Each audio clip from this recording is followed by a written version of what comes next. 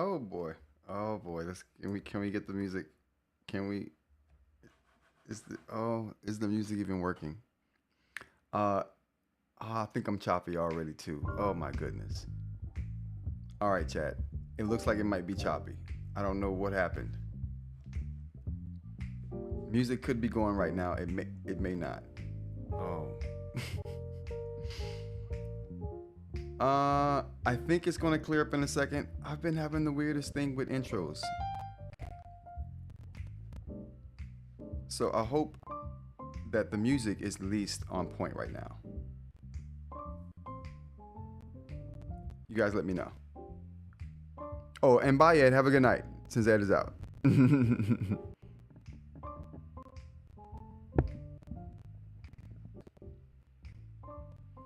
Okay, I'm not good, but the music is. Okay, good. I'm thinking. I think I'll clear out here in a second. How's the audio? Oh, I can't believe. This is.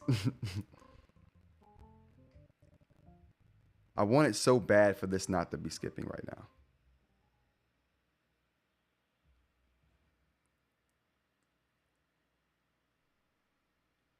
All right. It seems I'm still skipping. Let me try to clear this up, chat. Let me try to clear this up. I'll be right back. I think.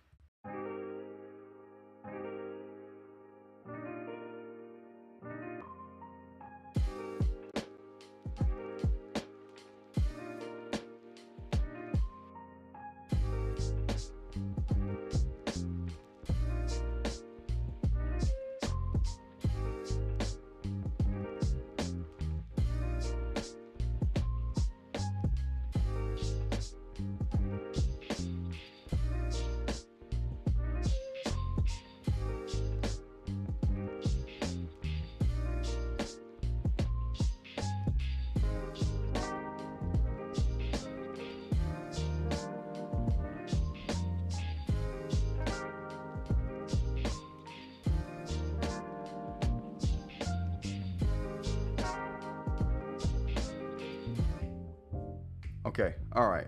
Let's try this one more time. I think it cleared up a little bit. You guys let me know. Welcome to an episode of Rants About Tech Live for this Friday, June 27th. We're nearing the end of the month. Let me know how it's looking, you guys. Let me know. I don't know. It's hard for me to tell on this end. It looks like it might be okay, but we don't know. But thanks for joining me. We got a couple of things to talk about here today. We're going to talk about the Supernote Onyx debate that's been going on in the Discord. So we're going to talk about that. We're going to take a look at a couple of videos today. So we got a couple of videos to look at. Ed put out a new video that I wanted to look at. The video Ed put out goes into this whole Onyx Boox / Supernote debate that's going on. So I think that'll be a good video to watch right here. Audio was good. Oh, not out yet, but soon. Okay, good. Good to have you still, Ed. Okay, still a little jittery, but not bad. Okay, it seems to be smoothing out a little bit. I thank you guys for joining me. Thank you for dealing with me through the rocky intros here. I'm gonna get this situated at some point. At some point, this is gonna be done with, and we'll be good. June 27th is a H-Town holiday. Oh, what's going on in Houston for June 27th? You gotta let me know about this, Aaron. I have no idea about the June 27th holiday. Like I said, we got a couple of things to talk about as far as the Onyx Boox debate. We're gonna watch Ed's video on the outline / header debate that's also brewing in the Discord. What else we got here? We're gonna be talking about a couple of tech things, not a lot of tech things. We got Tesla in the news as always. We got some AI stuff to talk about. I also got some 3D print stuff to talk about too. Get your guys' thoughts on some 3D print topics here. But let's go ahead and start this off with just some random news I want to talk about here, just to catch you guys up on my randomness that goes on up here. You guys know I like disc golf. I heard the craziest story about disc golf today, or not today, or the other day. See if we can take a look at that here. Can we pull it up? Oh, we can, but oh boy. Oh, can we? Oh, we can. Here we go. All right, so take a look at this. This was something weird I saw. I like playing disc golf. I saw a story about some disc golfers playing a tournament in North Carolina, and a shark dropped from the sky. And I didn't get a chance to go through what was going on here. I didn't get a chance to go through what was exactly going on here with the shark that fell from the sky at this disc golf tournament. But let's take a look. I was there to play disc golf, says Jonathan. See, this is the guy who saw it looks like a hammerhead. What is a hammerhead shark? Yeah. Hammerhead shark fell from the sky, Myrtle Beach. I was there to play disc golf, Jonathan Marlowe, who last week teed off with friends at a Splinter City disc golf course in Myrtle Beach, South Carolina. On hole 11, he looked up and saw an osprey carrying something in its claws. Oh, okay, that's how it happened. And that's when things got weird. Okay, so apparently this guy was playing and a bird was carrying a shark it had got out of the water. And yeah, okay. It sounded weirder than what it was. Oh, DJ Screw. I used to be big in DJ Screw back in the day. When DJ Screw used to do his chopped and screwed mixtapes back in the day, I was with chopped and screwed mixtapes. I used to love how he slowed down the music and did like a stutter step to the music. DJ Screw was my guy back in the day. He was doing something unique. Shout out to him. I'm glad DJ Screw is still out there doing his thing. I'm not a Houston native, but being from Louisiana, a lot of that Houston sound makes its way there. So I was kind of raised on DJ Screw as well, even though I was nowhere. I wasn't in Houston. He was big. He was big in Louisiana. Sharknado. That was the weirdest thing, right? I had no idea how that would have happened, but a bird carrying a shark over a disc golf course in a drop sit, yeah, unique situation. We've got no more blue screens of death. Just a little bit of tech news today, and then we're gonna jump into some books on Onyx. We got no more blue screens of death coming. I thought that was a big thing because I experienced a blue screen of death the other day on my computer. Are we still getting that? Does this still happen to you guys out there? Do you guys still get the blue screen of death on your Windows machines? Because I still have a Windows machine that I do my gaming on that we can see back there. And it got the blue screen of death the other day. I don't know why it happened. I hadn't seen that in years. I didn't even know that was still a thing. Apparently it is. Let's take a look and see what's going on here with this blue screen of death.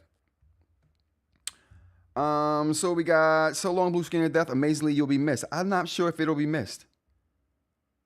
You Wired has burned me for the last time. I tell you.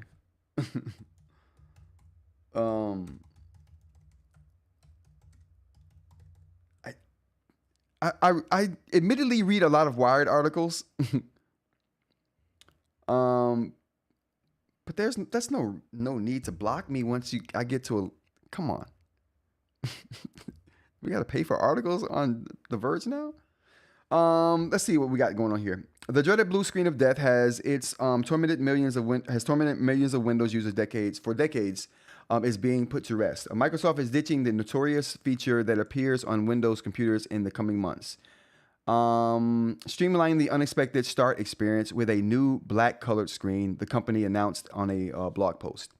The simplified screen that appears during unexpected startups will roll out later this summer on all Windows 11 devices that use 24H2 operating software. Now, what I thought was going to happen was that they were going to just discontinue this thing altogether, and I thought they were going to do a Windows thing to where these things don't happen, or if they do happen, they happen in the background, and it kind of gets taken care of in the background. But no. Oh, snap. She said blue screen of death last week. Whoa, let's get caught up with these chats real quick. No thanks, my dude. No thanks. No spank you. All right, here we go. Get caught up with the chats. Oh, this is all about my stutters. He said, my audio on my live today was awful. Speaking of Rockies. Whoa, I didn't know you did a live today, Jay. I'm sad I missed that. DJ Screw, with a tip, Sharknado. Oh, DJ Screw died years ago. That's why June 27th is a holiday. Oh, so is it his birthday or when he passed, Aaron? Okay, got a jet. Can't wait to hear the take on outline and headlines. I'll catch it on the replay. Have a good stream. Thanks, man. See you later, Ed. Yeah, so it's just a black screen of death, eInk, instead of a blue screen of death. I thought they were going to get rid of the process altogether, which is why I was interested in the story. But no, they're changing it from blue to black. They're going to make it even more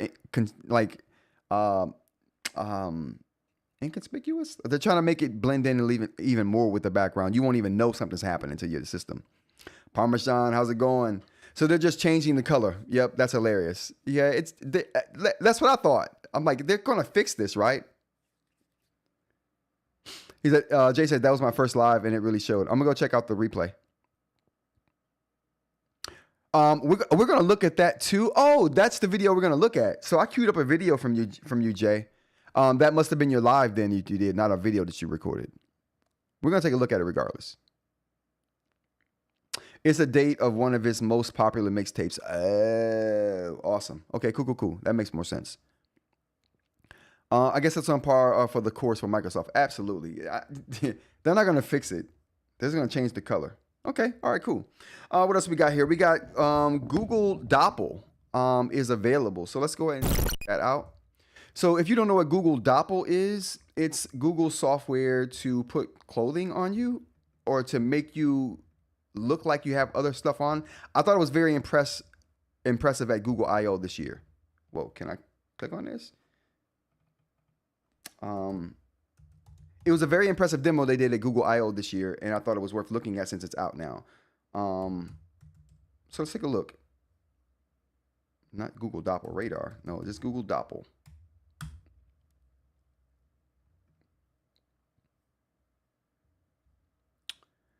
Oh, you know what, you guys? All right, so this is something that they're not doing the web app. So they're only doing, I'm gonna put it on the screen here in a second. So they're not doing the web app. They're only doing the app for it, which we'll take a look. I mean, to give it a good run through, we'll take a look. How you guys doing out there anyway? How's the weather in you guys part of the world? It was pretty hot this week. In Philly, it got up to 100 degrees, I think, one day. How's it going in you guys part of the world, wherever you are? Was it unbearable? It was so humid one day that you just standing outside for like 5 seconds, you feel the sweat on you. It was crazy. All right, so here we go. Can we show this real quick? All right, so we got Google Doppel here. Pull this down here a little bit. Oh, whoa. There we go. All right, so it's asking me to bring in a photo of mine. So I'm going to bring in a photo of mine real quick. I'm going to upload a photo. I'm going to try to find a full body photo to upload because I want to see how it has me wearing stuff. Oh, perfect. Okay, here we go. This is the picture I'm going to use right here. It says it's making my Doppel. All right, so we'll see what happens. It's supposed to take my body shape or whatever body shape you have, and it's supposed to be able to fit clothing and stuff like that to your like body shape. So now it's like it lets you pick between some clothes. Try this look. Pick an AI generated outfit to see how it looks on you. All right, so what should we try, chat? You guys want to see with this on? I'm not sure how long it takes to process, so we're only going to pick one of these. So you guys want to see this outfit with the red and the red pants with the stripes, green with the baggy pants, suit with the white pants, pink vest. Don't pick the pink vest. And they'll show me with this, I think. So you guys pick. You guys let me know which one of those you want to see, and that's what we'll do, and we'll get through that. But until we get those votes in, what else we got here? Oh, the ceramic knit video. Let's talk about that for a second. So I put out a video. You know what we should do? You know what? Let's go ahead and do that now. You know what we should do? Let's go ahead and jump to the Discord conversations, because I want to talk about the ceramic nib video, but we'll talk about that. We'll talk about the ceramic nib video when we go into the video segment here after this. So in the Discord, there was big news about not big news, a big conversation going about. Oh no, my bad. Oh my bad. One more thing I wanted to show. And matter of fact, when we get done with this story, we can go into the outfit thing. Hopefully, I guess the first is the best, the least awful. Crystal nib release soon, definitely. Remaking the video, because like I said, a lot of the verbiage I was saying, it didn't fit the jumbo, but it does now. And I just haven't gotten around to recreating the video yet. So that'll be, I was hoping it would be this week, but because of this other video I was working on, that'll be this week. What do we got here? We had a video I wanted to see. Oh, that's not the video. That's not it either, but we will. Oh, here we go. So there was news about the latest. I don't know if you guys saw this or not, but there was news about some digital photos coming out from the new telescope that they have. And actually,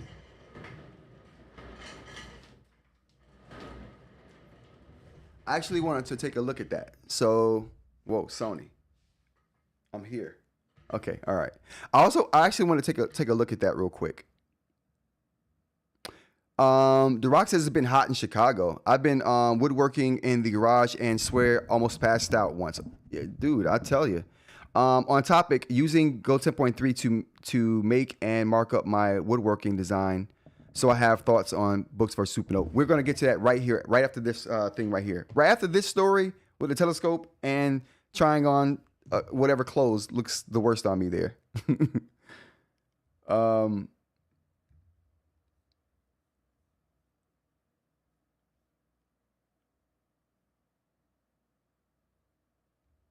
Oh, okay. All right, let's check this out. But yeah, let's go ahead and check this out real quick. Take will allow us to look. I wonder if we can hear this. I thought it was super interesting that we've gotten a new telescope that's doing some things, and I figured it might be worth. It's a 2-minute video, so let's check it out real quick.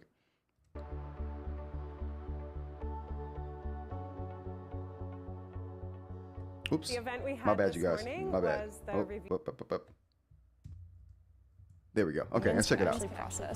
My first reaction was just excitement, just amazed by the scale of these images and the details. You could see my research really works on trying to really understand the stars in the Milky Way and how those stars tells us about the structure of dark matter. Hopefully in 10 years, we'll tell you where exactly the dark matter is in the Milky Way. Oh, wow. This got started way late. My bad. Let's start this over.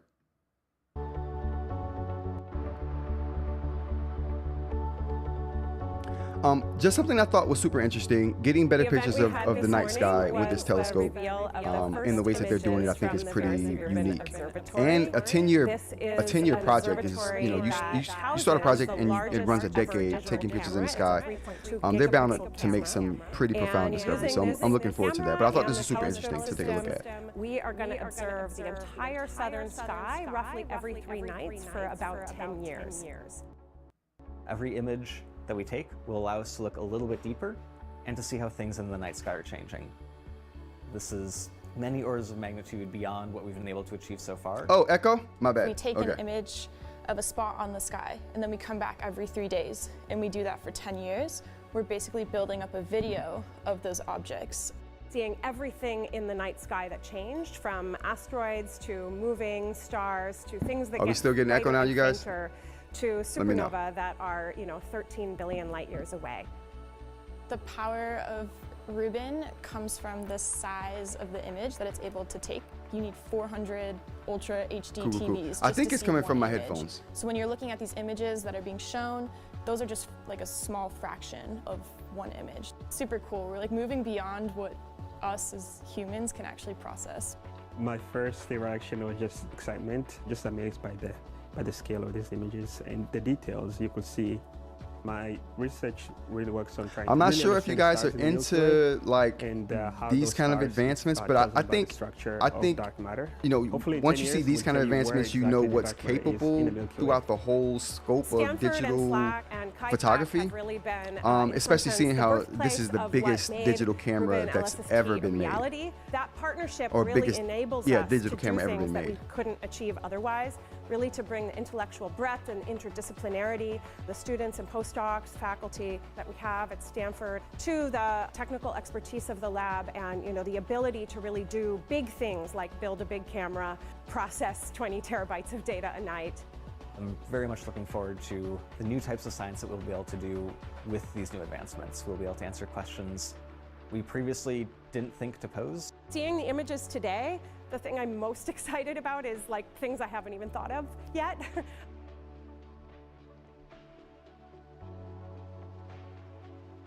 Yeah, so I think it's very cool to see the advancements they're making in this realm, especially considering a lot of these advancements make their way down to the consumer level sooner or later. But just see that they're doing things like this and making strides with digital photography this big is just super interesting. Maybe. BM says, oh my, we'll soon know if there's a black hole or a Big Bang. We may, dude, it may take so long. That's such a that's such a time-old question right there. It's like we may never know that. It would be nice to know. It would be nice to know that. Once we get around that singularity problem. All right, let's do this. Let's do this. Let's do this Doppel thing real quick, and then we can get on to the. Oh no, stop.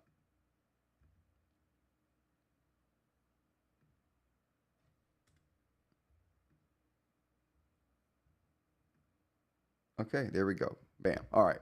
Now that we got rid of that. We might already be in a black hole. That's deep, Jay.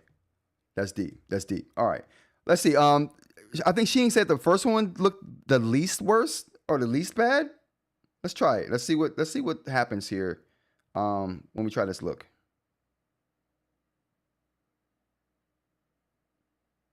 I'm expecting good things from this Doppel app with trying like I said, I'm not into fashion like that, so I would never be using this app to try on clothes.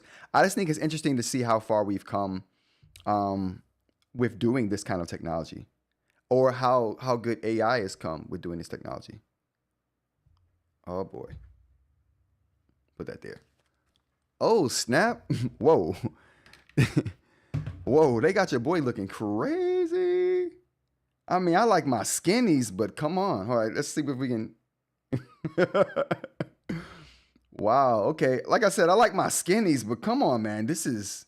But they didn't do a bad job though. I can't. They didn't do a bad job. I can't front on that.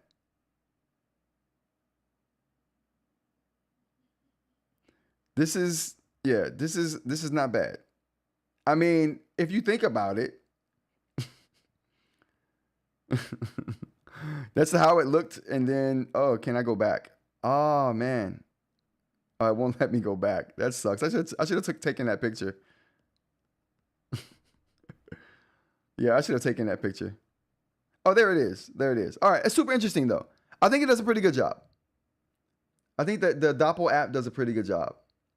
It's an app you have to download from the App Store to use, and I'm not sure what the selection of clothes is. Try look from screenshot. Oh, okay. So what it allows you to do is if you see something while you're searching the web, you take a screenshot of it and it'll put those clothes on you. That's pretty interesting. Yeah, that's pretty interesting. I don't think I would do that, but that's pretty interesting. That's totally interesting. All right. I look like Popeye, like a new age skinny jean wearing Popeye.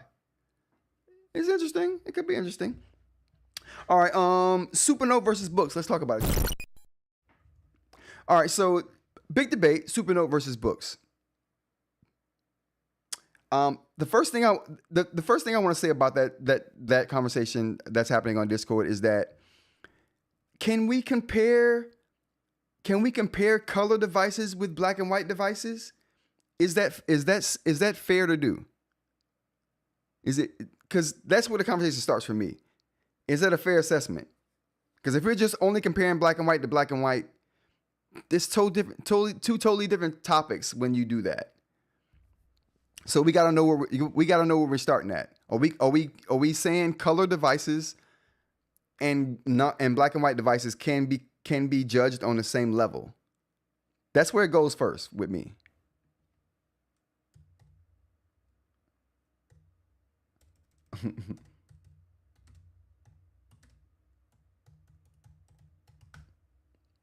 So, yeah, Max, I think those are female clothing. They had those, but it was so weird because that's the only option they gave me. It was 4 options and they were all female clothing. But, you know, I'm a sport. I don't care. I'll rock a blouse. For science. Jay says, can you compare them on the basis of their other congruent features that aren't about color? Okay, yeah, you can. In that sense, I mean, that's why I want to start. Let's just figure that out.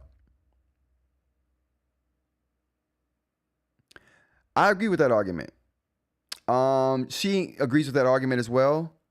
Duroc says it's fair if there are use cases that require or not. Best will be relative to what you need to do. Aaron says you can. The only difference is the color. Okay, so all right, so we are in agreement that you can compare them, even though one may be color and the other one may not. Okay, cool. I like that. Let's get the ground rules here. Now, if we are comparing Onyx devices versus Boox devices, are we concerned about the price? Because price came up price came up some, but does that play into it's being the best or not? How do we feel about that? Jay says, oh, that's me. I'll rock a blouse for science. Documenting it. I will. For science. Man, they wore blouses back in the day. I was watching a movie. It's garbage, by the way. A movie called The Old Way. I'm telling you, I'm in the westerns right now. I'm into the Old West. Like right after colonial America. But they were wearing blouses back then. So it was manly then. Like if it's good for Nicolas Cage, it's good for me. Price matters. So price decides whether it's a better device than the other or not. Is that are we making that assumption too, chat? Because that's a big thing for me as well.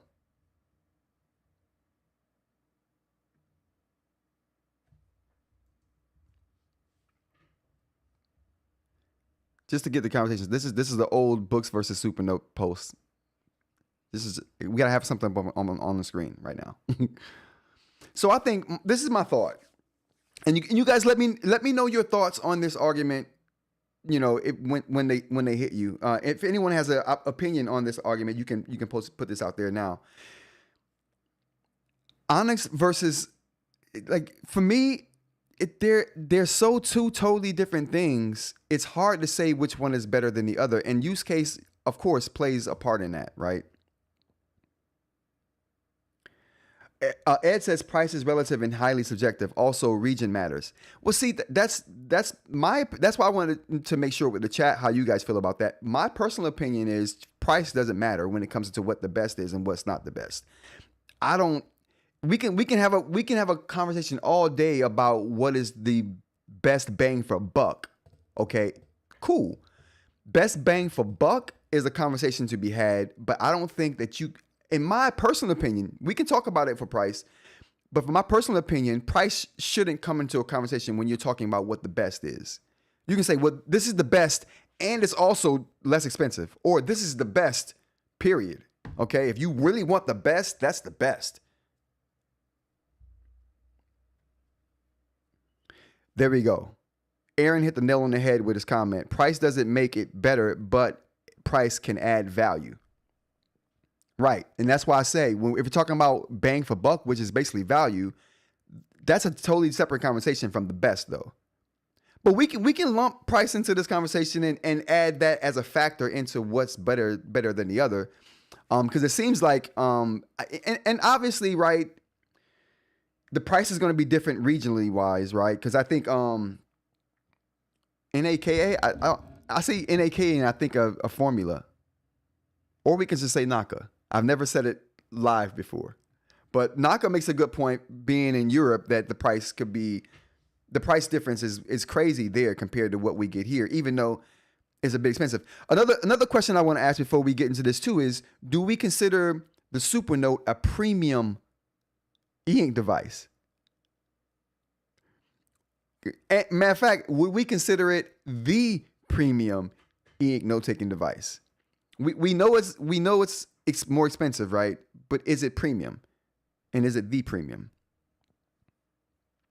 Because if someone were to ask me, now that we're throwing price into here, if someone were to ask me what the premium e-ink device is, just based off price, I would probably go with the Remarkable Paper Pro, because it's probably the most expensive device out there when you add everything into it with the case and the pen and the device.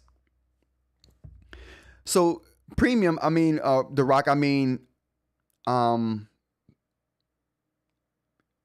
premium meaning, wow, that's a good question. I never had to articulate that before.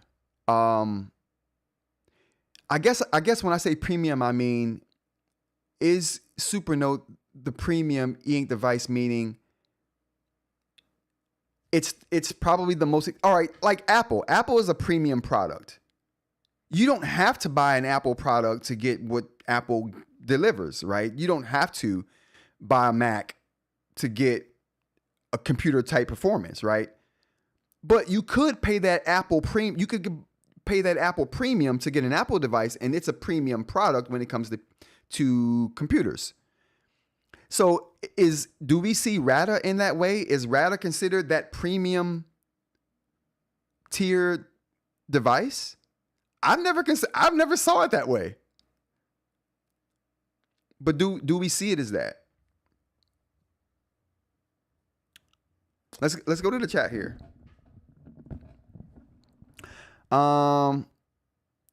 Ed says, Rod, come on, definitely premium, modular and more expensive screen, except for Viwoods. Okay. Well, I don't know. Like I said, if someone were to ask me, is it premium? I wouldn't. Not that it's not good. Like let's take good out of this. Premium doesn't mean necessarily good to me. So, and I don't think a premium product is inherently a good product, even if someone else says, "Oh, that's a premium product." It might be premium because you're paying a premium for it, or it's in a tier that's higher than another product. But that doesn't inherently make it better, though. There are lots of inexpensive, really good products. Jay says, yes, Supernote is definitely a premium e-ink device. It's not the premium where premium. There are definitely Boox devices that fall into that category. The Remarkable Paper Pro can't be premium unless you mean premium trash. I should have saw that coming. All right.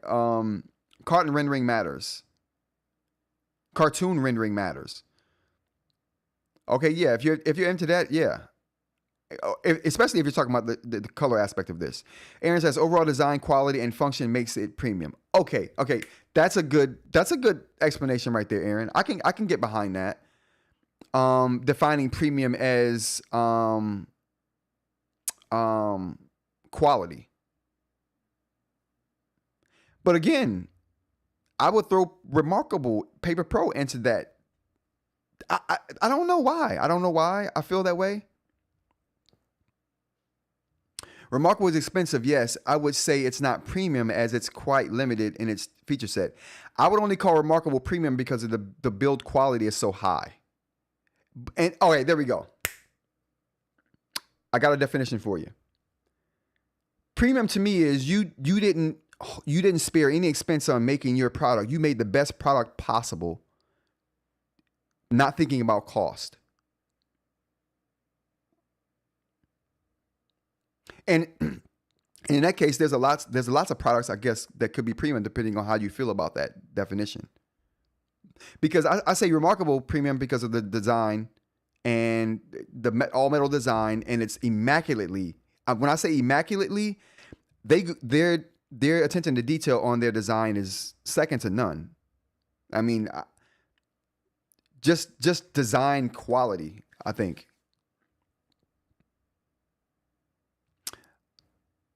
I don't think modularity makes it that, but it is premium. Well, I mean, I can get on board with the Supernote being a premium product, but I just wanted to make sure, since we were talking about price, if we're saying it's a premium product, then does price matter in that case at that point? I guess that's why I brought up that point. The pens are definitely premium. Yes, they are. They spared no expense on making those pens. They made the best thing they could. I don't know if we could say the entirely plastic build is premium. There we go. You see, Aaron, listen, Aaron, you might need to write a book, bruh. You're on point today. I agree with everything you're saying right now. And you're articulating it better than I can right now too, because that's another thing. I could consider Supernote a premium device, but to me, premium is like I said, you spared no expense on what you were making because you were trying to make the most premium product you could. Glass screen, metal backing, using gallery. All of those weren't cheap. All of those decisions were not cheap decisions. They made those decisions based on they were trying to make the best product. That could have also been in the cards for Ratta. It could. The plastic design doesn't mean they were thinking cheaply. I mean, they could have just been thinking about durability, right? And if you drop it, you won't have that problem of breaking it. Now, I can get behind both of those products being premium, but I just wanted to make sure we were all on board with, are we considering the Supernote a premium device before we start? Because I don't consider any of the Boox products premium, if that makes sense. So there's that. But cost-wise, I wanted to see how we felt about that, because if we felt like the Supernote was a premium product, then the price almost doesn't matter as much, because if we feel like it's a premium product, then does price still matter? The Rock says, rather than premium, maybe polished. Good take. The ecosystem of remarkable Supernote and Apple streamlined the UX at the expense of an on-rails experience that might limit use. Another good point. Mr. Media says the big three are premium: Boox, Ratta, and Remarkable. So you feel like all three are premium. Okay. They don't call them the big three for nothing, right? Jay says, Remarkable Paper Pro, very high concept design. Yeah. But consider how you have to win the screen lottery. It actually feel like you got something decent. To actually feel like you got something decent. Another good point. Fair point. Dr. Ling, what's going on? Thanks for joining the conversation. Mr. Meter says your Punster, MobiScribe, and a few others would be lower than premium. Yep. I don't consider Big Me premium in my mind. MobiScribe is lower tier, but super high value. Agreed. Now, see, there you go. That's a good way to put it. See, low tier, high value, though. Two separate conversations. Good point, Jay. Two separate conversations. And that's kind of why I wanted to start it with the price, because if we're adding price into it, which I don't think we should, then there's a whole other variable to consider. I think the 10.3 is more premium than the Manta outside of the screen, but Boox has the lower price. I think the Supernote is more premium than the Go 10.3, in my opinion. In my opinion, I don't think a Boox product can be premium. They don't stand the test of time to be premium. Again, Apple devices stand the test of time. You can call them premium all day. You can have an iPhone like 15 right now and still be. That was only 3 years ago. You get what I'm trying to say.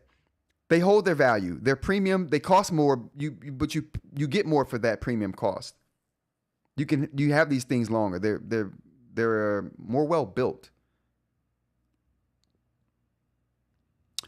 Supernote has premium software. Yes. So you don't consider the design premium then, Dr. Ling.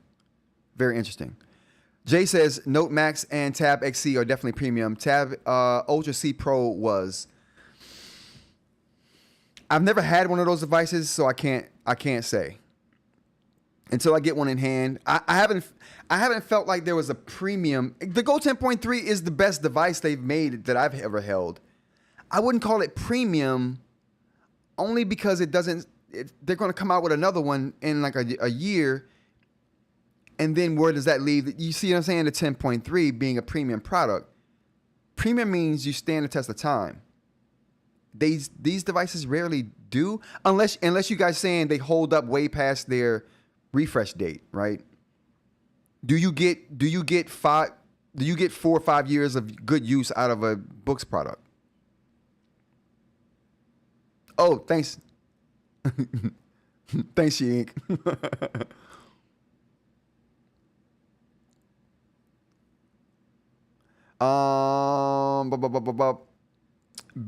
Big Me is opposite of premium. Not like small U in my. Yeah, Big Me is not premium. Rather than premium and price, maybe incorporate and do an S tier. Ooh, I like that idea. I like that idea so much. I'm gonna write that down. Maybe we should do an S tier rating for these things.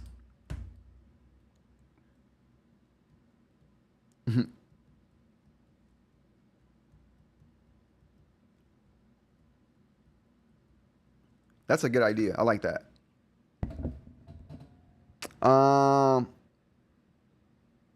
Sheik, I agree on the plastic. The screen and the note-taking features are premium. Device is not. Wow, that's interesting. That's an interesting take coming from Sheik. I did not expect to hear that. Note Max and Tab XC are definitely premium. I think we got there already.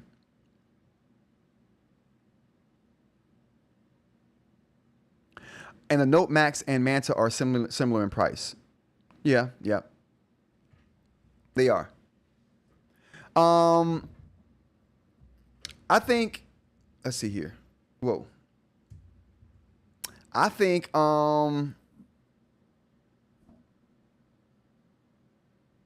that's not true, Rod. The Note Max is definitely premium. Again, I don't know because I haven't had it. I haven't held it in my hand. I just inherently think it's hard for me to call a Boox product a premium product. Do they have a premium price with some of them? Of course.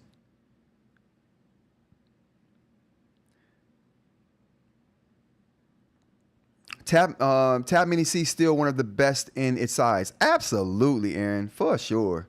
Tab Mini C's been kicking butt for 2 years now. I mean, it's been kicking butt and taking names.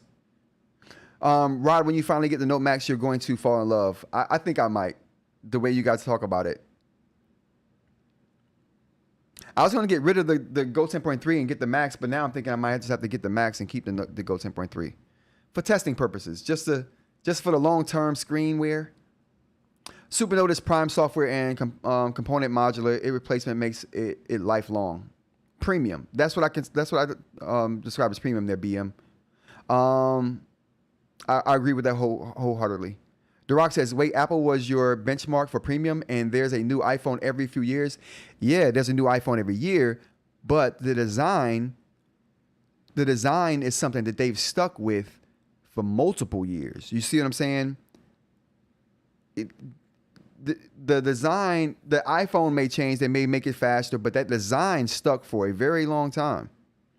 They put R&D into a design for the phone, and even though the innards of the phone change every year, that design remains the same. The software roughly remains the same as well. I mean, it gets better, year over year, but it has remained the same for the last 5 years if we don't include this new glass UI, this liquid glass UI they're putting on for this next phone. But that's why I consider it premium, because you get the same phone. The innards are just better. They just upgrade the processor, RAM, storage. You know what I'm saying?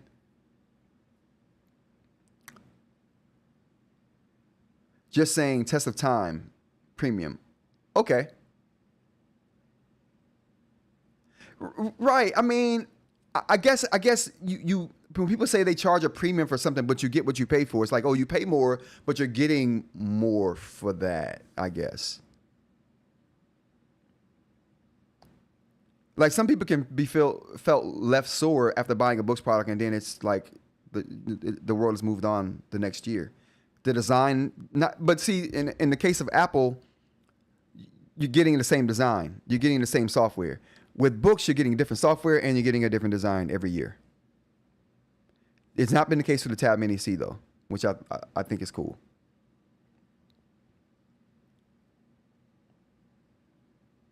If the upgrades are only slightly cheaper than the new device, then modularity will just be a money pit.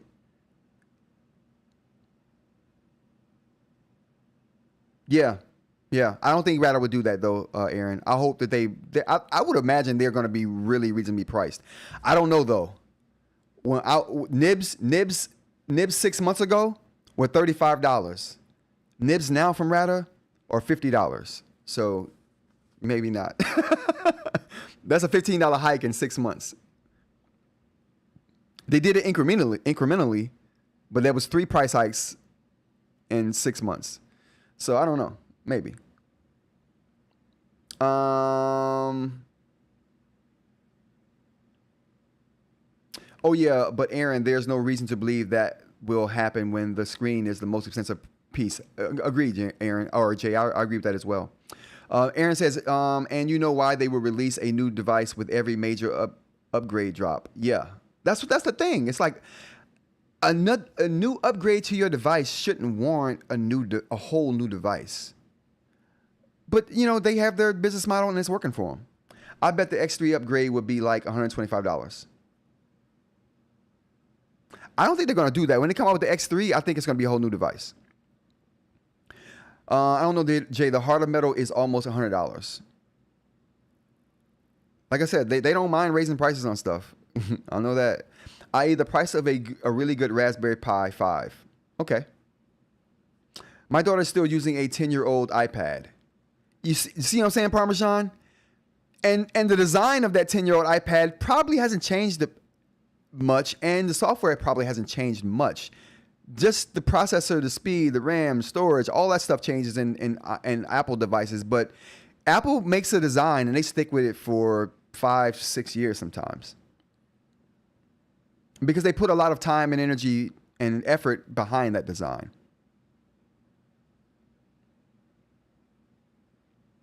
Yeah, but the hard metal is like that because the way it is made. I see good explanation on continued design. I'd submit Boox's Gold/Max design. I think that's what their premium design will shake out to be. That would be cool if they, because you know what though, that's a very good point you made there, DeRock. Because and the point that DeRock was making was that the design of the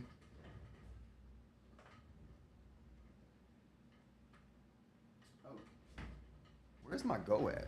Oh, here we go. The design of the Go 10.3 is essentially the design of their oh boy, what do we got here? Oh, we got rat feet. We're still testing these. I said rat feet. They've got a different name now. These are the tech feet. We're gonna be testing these on devices here for a while to see how they feel. I'm still working on the composition to get them softer, which is why I haven't released any real information about them. Still working on the composition for the resin print, trying to get them soft. They're not as soft as they need to be right now, but we're getting there. So this design right here is a very good design. I really do like this design, the way they shaped it, the way they made it look. They did a really good job on this design right here. And the Go 10.3 design could be Onyx's premium design. Like, who said that? DeRock? Like DeRock just said, very, very good reply there, DeRock. And I like that. That could be the premium design. Because I do feel like that. I do feel that way. I do feel like this is a premium device, which is why I say to me it's probably the best all around device right now. You know, barring how I feel about the Note Max. But and they use that same design on the Note Max. So yeah, if they, you know what, I could change my take on how I feel about Onyx and their premiumness. If they get a design that I like this design.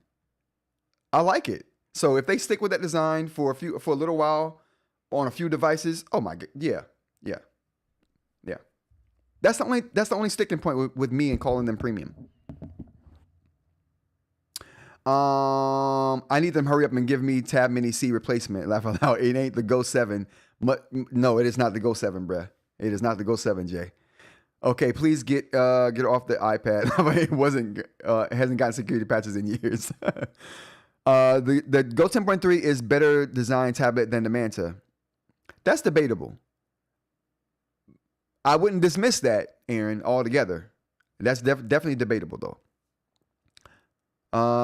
Dr. Ling, I definitely agree. Okay. All right. So the other thing we had up here, can we get here? Oh boy, we can. So the other thing we had up here to talk about on that front with the Supernote and Onyx thing was the outline feature. So Ed has a video on this outline feature. I want to talk about it here, but let's go ahead and take a look at Ed's video on the headers versus outline. I did a video on the headers and outlines a while back, which I'm super interested to see what additions Ed has to this particular argument here. And then we'll also take a look at Jay's video. So let's go ahead and take a look at this, you guys. Actually, let me get my headphones on.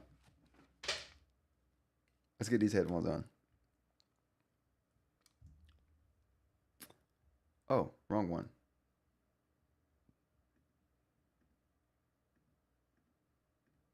Testing out the Note Air 4C from Boox. Okay, here we go.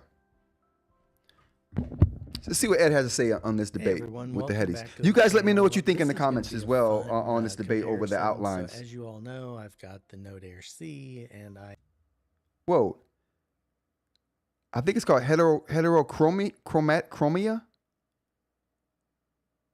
Huh. I have the Supernote Manta. The Manta I've been daily driving for a long time. I was one of the first to get the device and have really done a lot of work.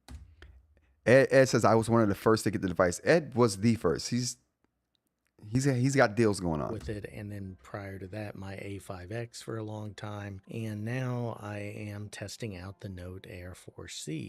Rev Rogers, thanks for joining us. I appreciate you coming. Let's get to that chat real quick. It's a new person in the chat, you guys. The entire thread is what kills me with tech. Too many different platforms that don't cross over. Hard to compare. Yeah. I would say check out the big three, Rev Rogers. If you can't find what you need with the big three, then check out some of the other people. And the big three, Boox, or Onyx, Ratta, and Remarkable. Yeah, I would start there. That limits a lot of the chatter down for sure. See from Boox. And there are two features that are very interesting to me. The Supernote platform uses what are called headings. And this is interesting because Ed's just getting into Onyx and Supernote and Boox. So it'll be interesting to see. Create a table of contents on the fly. And Boox has introduced something called an outline. And they both have specific strengths and weaknesses, or I should say specific strengths and challenges. And they really kind of put you in two different headspaces. So let's go ahead. Let's jump into this. I'll show you how each one works, and I'll give you my final thoughts and conclusions on who I think each of these are for and how they can both be very effective organizational tools. Let's go ahead and get started. So he's going to give us his breakdown on this. Go to the chat real quick. I'm locked because I have a scribe, says Rev Rogers. No, you're not locked because you got a scribe. Just sell that scribe on eBay and go get you something good, bro. Go get you something good. Dr. Lee says, LOL, I have each of the big three. Oh, you're so lucky. You're one of the lucky. You're one of the lucky, Dr. Ling. The only thing Ratta has over Boox is UI. And to be honest, the UI isn't that much better as some people like to make it. The only thing Ratta has over Boox, I think that UI is a big thing too, Aaron. I agree with that. But I think that's a big thing because the UI just looks cleaner. It's inviting. It makes you want to use it. When I look at a Boox product, I got to be ready for it. I got to be mentally prepared.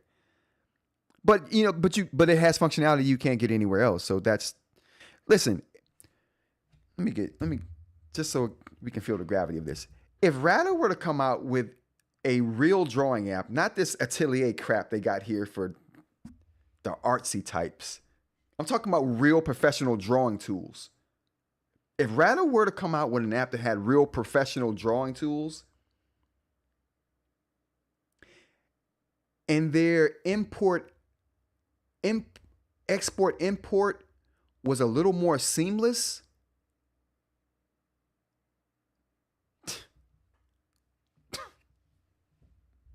I've thought about it. Listen, I've thought about just going with Supernote. But then I think the gestures, bro, they're terrible. They enrage you. So that's one strike. But then I thought maybe I can get around the gestures. They're releasing updates to where they're making the gestures better all the time. But then this latest update, they were like, oh, you know everything that Rod's been saying about the gestures, how they're trash? They're trash. They came out and said it themselves this last patch, so whatever.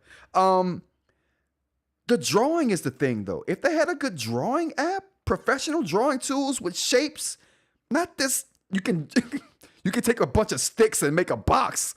I'm talking about where you can make actual shapes, like effortlessly, like you can with like the Boox products. Listen,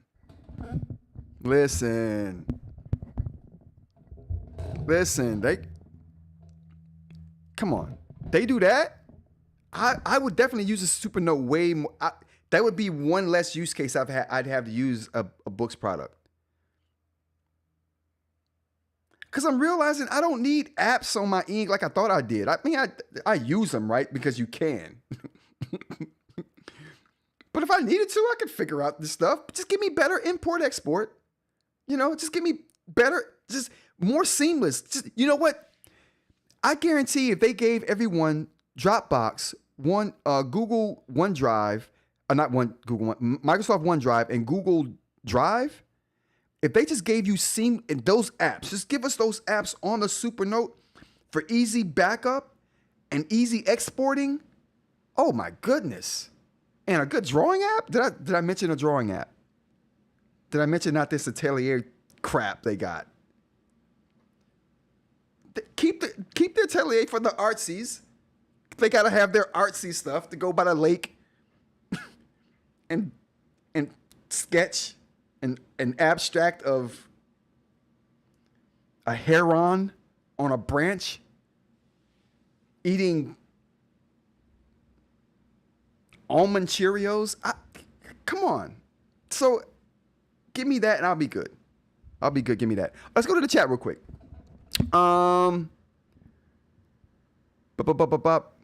Scribe is great intro for note taking, but the big three are superior than Kindle. 100% Dr. Ling. Thank you for reiterating that.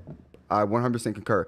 Alex, what's going on? Thanks for being here. Agreed. I set up my Boox Go 10.3 with all your settings, my deep guide, and the UI is great. Yes. If you got a good starting point for your settings, but that's the thing. A lot of people don't know to get that good starting point for their UI settings, and Onyx doesn't make that inherently clear that you should do that. But if you get a good start for your UI settings, the Boox experience could be very good. It took me a long time to dig into the settings to get my settings how they are right now to get it dialed in how I want them. The Boox experience for me right now, perfect. I have no problems. This is I love the Boox platform. It can be much for some people though. That's the thing. It could be a bit much for some people. We got Dr. Ling, Rod, did you see the Vlad's video with the pro artist? No, I didn't see that. Wait, Vlad's got a video with a pro. Hold on, we got to finish Ed's video here first. Vlad's got a video with a pro artist on the using. I know he's not using a Boox product because I don't think Vlad is on that. So he's definitely using it with the Manta. Are they by a pond? Are they by a pond, getting artsy with the Manta? I guarantee they're on the side of a cliff with the Manta drawing the scenery. It's just not good for professional drawing, I don't think, in my opinion. I told Ed this the other night. If Ratta made real Android with Play Store part of the X3 upgrade, I might literally switch. I'm telling you, Jay, like, there's nothing that Onyx is inherently doing that's killing Ratta. It's the Play Store that's that's doing it. It's the Play Store.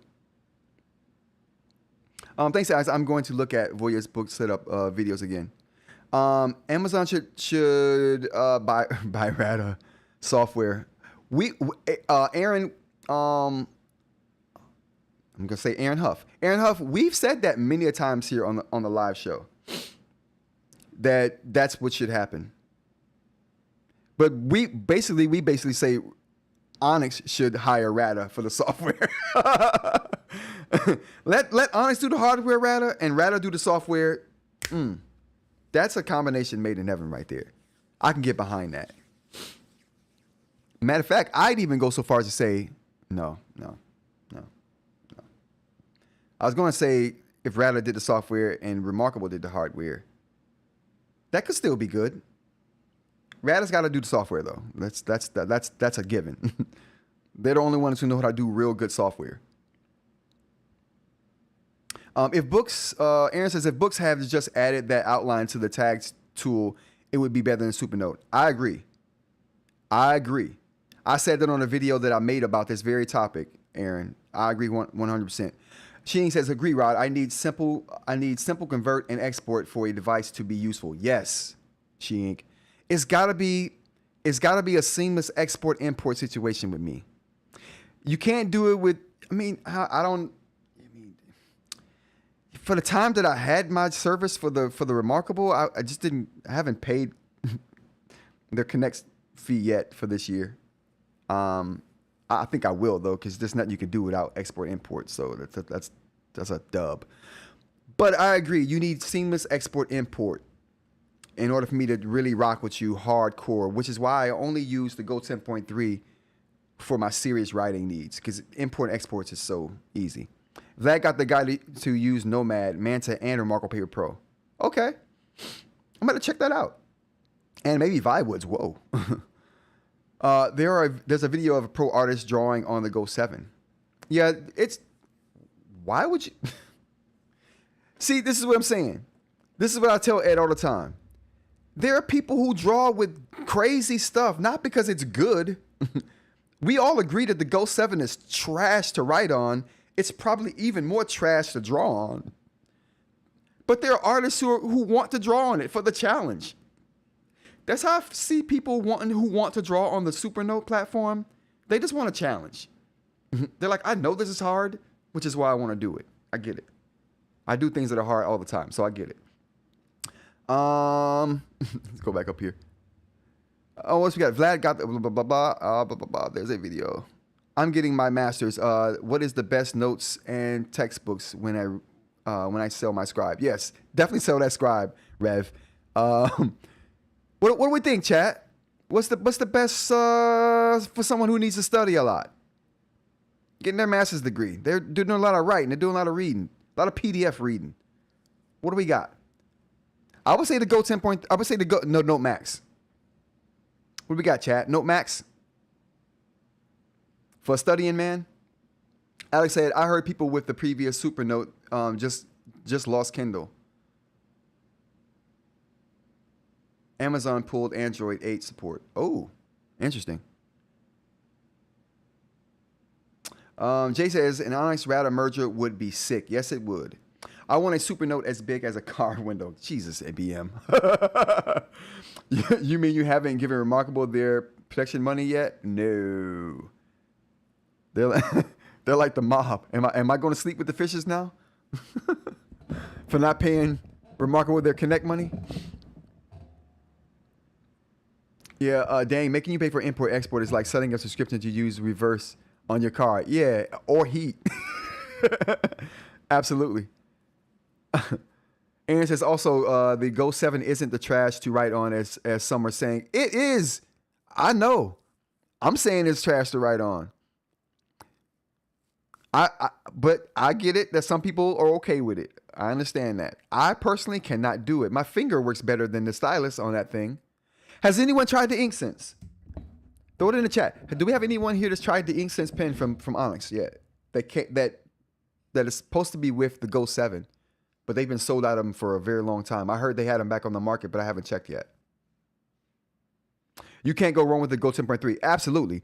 Rev, the Note Max is good, but the Go 10.3, I still use the Go 10.3, and I still right now stand by the Go 10.3 as being the best all-around device in eInk right now.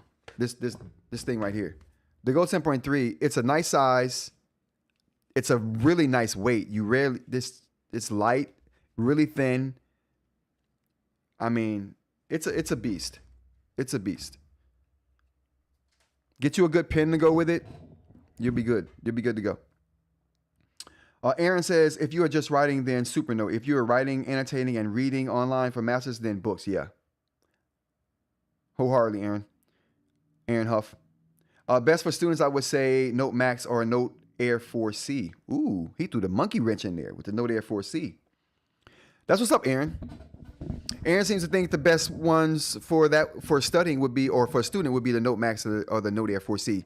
The Note Air 4C is I hated on it for a long time, but it's becoming, considering what they're doing with active stylus on the Tab XC, it's looking like a good deal to me right now. The Rock says Max for students so big it can do side-by-side reading and note-taking. I do it on the Go 10.3, but the size is less than ideal. Absolutely. Agreed 100%, The Rock. That's one of the reasons I'm going to get this Note Max, because I need more space to move stuff. It's about manipulation to me. I want to be able to manipulate my text in a more free-form way without constraints. And a bigger canvas will give me the ability to do that. Oh snap! Jay says I have InkSense on the way from Australia. Dang, you had to go through Australia, bro. You had to go through Australia, bro. Because I'm insane. Yeah. I'm considering coming back to the Go after a long hiatus with the Manta and Remarkable Paper Pro. The Go is just killer, Dr. Ling. The Go's just killer. You should just keep that on hand. Don't even get rid of it. Even if you get something else, the Go 10.3 is just, it's a good barometer. You buy something new, you be like, all right, how does this compare to the Go 10.3? Not better? I'm sending it back. Like, Rod, you should check out the 4.1 beta on the Note Air 4C as well. I just downloaded it. I'm gonna devote a live during the week. I'm gonna do an impromptu live during the week, talking about all the updates to the devices here. I'm still going to do impromptu lives during the week in the mornings, you guys. So just look out for those when you see them. Or when you see them, don't be surprised. All right. We're still talking about the Supernote and Onyx Boox debate here, you guys. This is a debate that was started in the Discord. If you don't know about the Discord, you should. Down in the description, there's a link that you can get right to our Rants About Tech Discord and kind of join this conversation we've been talking about here. If you haven't joined the Discord already, we'd love to have you. If you haven't joined the channel, become a member of the channel. We'd love to have you. We got a few people here with the stars by their names. They've been here a little while. These guys are awesome. You will see these people and more in the Discord. And again, thanks for all support, you guys. Whatever way you choose to support, whether you're liking the video, and if you haven't liked, you should like. We got 20 people in here. We've been pulling off an hour-long live. Let's go ahead and give a like, you guys. Go ahead and hit that like button down below. If you want to see more lives and you want to see more content, hit the subscribe button. Lots of ways to support the channel. And like I said, just by viewing, I appreciate you. What else we got here in the chat? We got also the word processing or text notes and the ability to use a keyboard with the Go 10.3 or Note Max and Note Air 4C is better than the Manta. Agreed there too. I tried a Bluetooth mouse with the Go 7. The Go 7. It works. I did not anticipate that at all. I did not anticipate it having keyboard and mouse support, but it does. I love my Go 10.3, says Alex. But when I was getting my master's with the Note Max would be great for the research papers. Oh, yes. But I used OneNote on my Surface Pro when I was in college, and the screen size was fine then. OneNote on the Surface Pro was a good tool for me. I gotta say, I love that combination as well. I stumbled upon that combination way too late. Did you know on OneNote with the Surface Pro you can write just like on the Apple Notes app, you can write, or the Apple Math app, you can do calculations and arithmetic in OneNote with a pen on the Surface, and it would do the calculation for you. It would give you the answer. I thought that was very cool. So I used to use that tool a lot. But like I said, I came upon that a lot later in my academic career than I would have liked, because that would have been great. eInk would have been great in my academic career. You know how many notebooks I went through right now? Math proofs. You know how much paper you go through in Calc 2? You know what I'm saying? Like, you know how much paper you go through in labs? Come on. eInk would have been crazy good in those circumstances. And I would have retained more information too, because I wouldn't have lost so much information. Whether I lost the page got damaged, or I wrote it in a notebook and I don't know exactly what notebook I wrote that in. Writing in the margins of textbooks could have been writing in the margins of an eInk tablet. I'm telling you, if you are a student, or if you have a student in your life, you should introduce them to eInk immediately. Immediately. Because they're going to thank you in the long run. I would have thanked anyone after it was all said and done who introduced me to eInk, because it would have saved me so much time and money and heartache and pain. There was pain going on. There was lots of pain. All right, everyone. What else we got here? Let's go to the chat. I saw keyboard input for Manta has significantly improved. We're going to check that out. I still don't know if it's on par. They might have a long way to go to get it on par with what Onyx is doing with their Boox products. I was looking at not that it's great over there. Don't get me wrong. I was looking at the Note Air 4C because I want to use a OneDrive for my work also. Well, you know, if you need color too, like, right? So if your PDFs you're using color graphs, you know what I'm saying? Graphs don't mean crap to you if you ain't got color, because you don't know what's what. You know what I mean? So if you need color for like graphs and things like that, then yeah, the Note Air 4C would be a good choice. It'd be a great choice. I would say the Tab XC, but the writing is so, I mean, I can't say the writing is so bad, but the writing is not as top notch as on the Note Air 4C. Thanks for the membership, Rev. Let's get the air horns going for Rev there for the new membership. But yeah, I definitely think the writing surface is worth sacrificing a little bit of space for on the Note Air 4C, and it being EMR. That's the biggest thing. It being EMR and that being a better writing tech. Yeah, I definitely think it's worth it. Let's get the air horns going. Thanks for the membership. I appreciate that. What else we got here? Oh man, absolutely. Aaron says Boox really has a device for a lot of use cases. Supernote really only has 2 options, and they are somewhat limited on what you can do.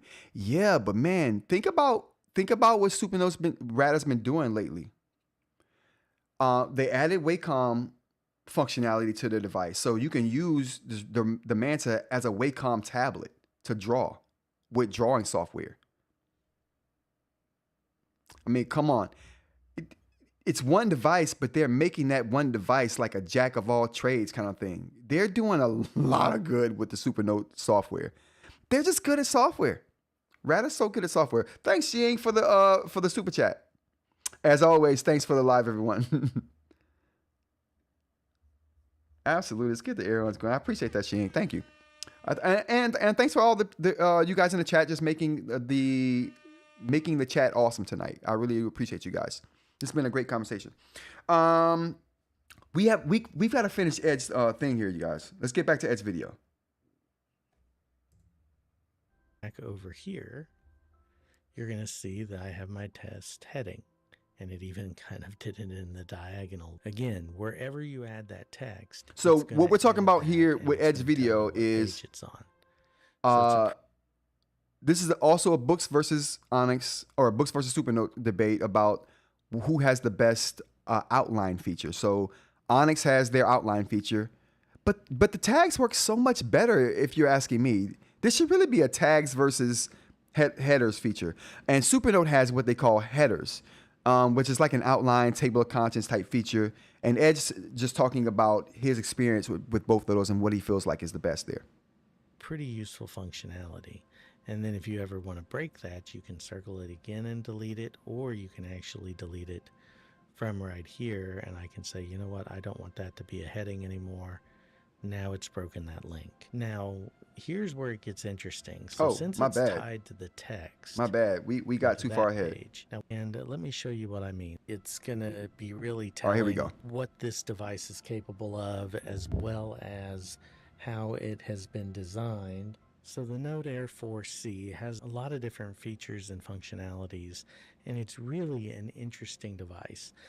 Not only is it in color, which I've done some videos on this already, I've given my early impressions, I've talked about it after a week's worth of use, but there's something even, I think, more interesting here. We're going to jump to the outline here. You'll see I've got a main heading, subheading 1, subheading 2, and then if I go to you guys feel free to throw in your chat conversations about how you feel about the outline feature on the Onyx Boox products and versus how you feel about the headers on the Supernote products. If you don't know about those two, throw any questions you might have in the chat. The sub outline. So if I go over here, I can actually press that and I can see the sub. So my problem, and you can kind of see this here, my problem with the outline feature for the Boox products is them expecting you to build out the outline. The benefit to me of the Supernote way of doing it with the headers is that you don't have to build it out. They build it out automatically and they do all the indexing for you. So that's the big difference for me. Like you see all of these the branching system he has here on the right side, you have to build all of that yourself.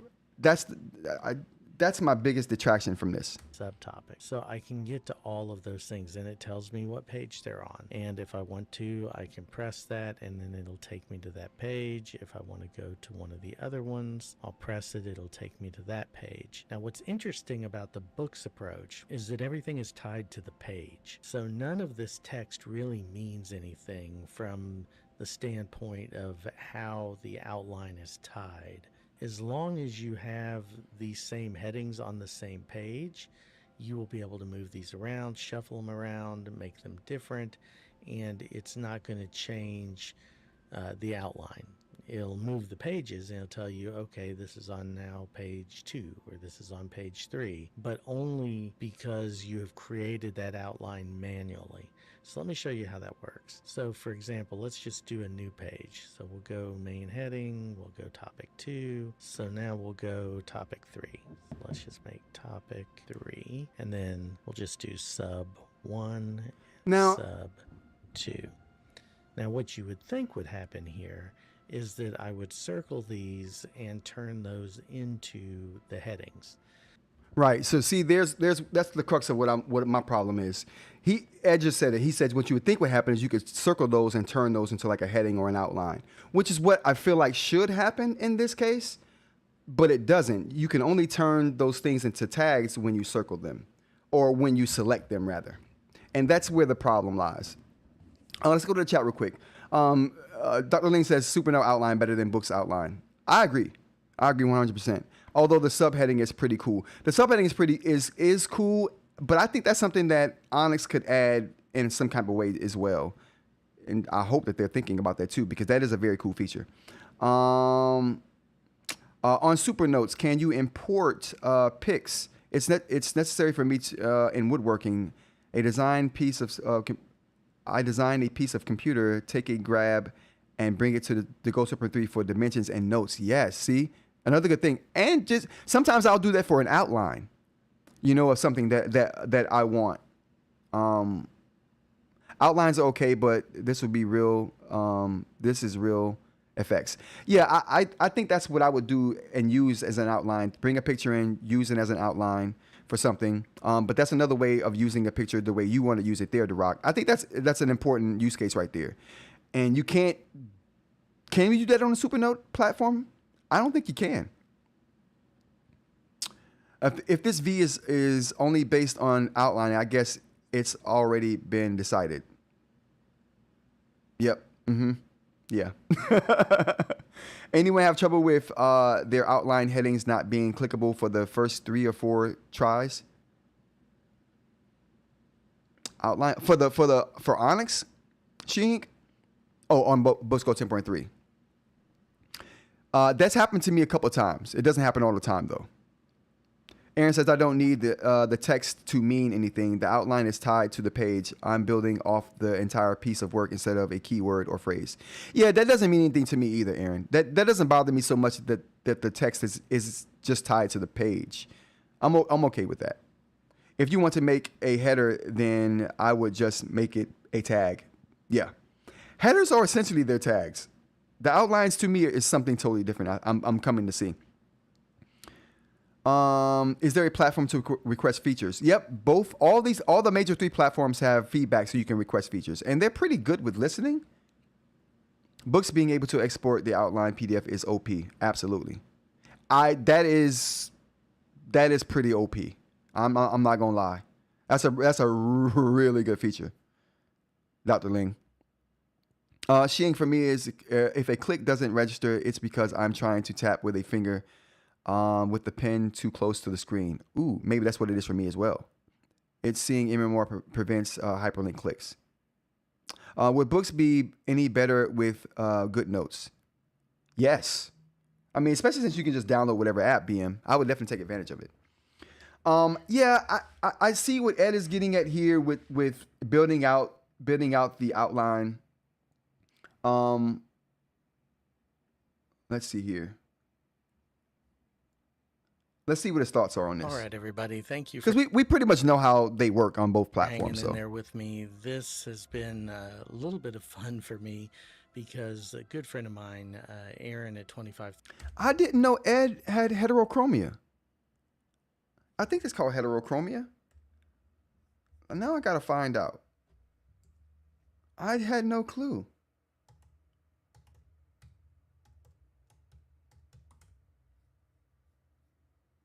Yeah, heterochromia. I didn't know Ed had heterochromia. That's super new to me. Very interesting though. Very interesting. Okay. Use them a lot for eventually consolidating notes and then having those headers automatically come in because they're tied to that text. And so they're very useful in that way. I can copy and pull in all of these pages from all of these different notes to this one master note for an archive, and it'll automatically have all of those navigation features. So it's pretty cool for me. The outline feature is much more, in my mind, for the intentional person who's wanting to do a more traditional outline. So your idea there being that you're going to create a structure. You know what? I can get behind that. I can get behind what Ed's saying.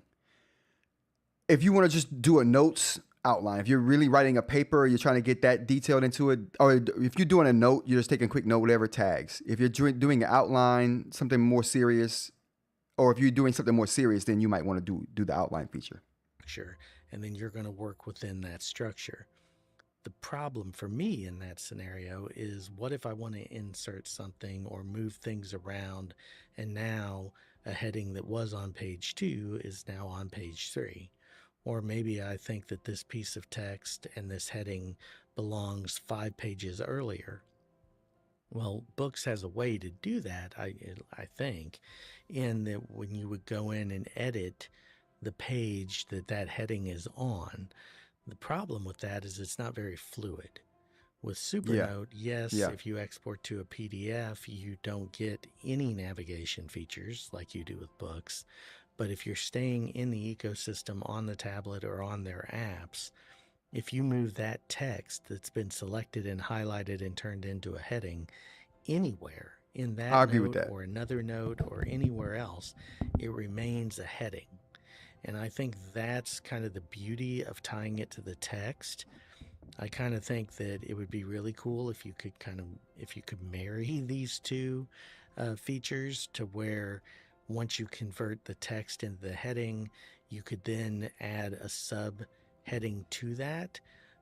But again, I don't know how functional that would be. I think the workaround on the Supernote.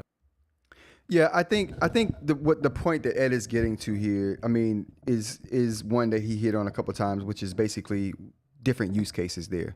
So I'm, and that's a good point he hit on there, because I'm starting to see that it could just be for different use cases as well. Note taking, you can use a tag system on the Boox product. I definitely think, one is better than the other. The header system to me is better than the outline system if you're talking about just getting it done. But once you get it done, I think the outline feature, if you have the time to put into it for that export functionality, having the navigation, the linkable navigation on an exported PDF from a Boox device is super killer. I think that's a killer feature that makes the outline worth it if you want to put the time into it. I just feel like that's work I would have to put into the text version of what I'm doing, not the handwriting version of what I'm doing. But I'd have to use it and see. What do you guys think? Which of those features is better to you guys? Is the outline better? Is the header better? It could just be use case scenarios. I think the tag system is just way better. Like, I don't think the tags carry over. Do you know? I know if anyone would know, Aaron would know. Aaron, do you know if the outline, if tags features carry over to PDF? Because I haven't tried that yet. Or does anyone know that? If on a Boox product, the tags carry over, like the outlines carry over in any way? Because I literally have not tried that. You typically, when I do my exports, I'm just exporting to transcribe into text or to convert to text. Yeah, it's the same problem not having this one perfect device. Yeah. I don't think it'll ever get that way either. There may be some incentive to keep it like that, honestly. What else we got here? Let's see what we got here for this chat. We might be at the end of this.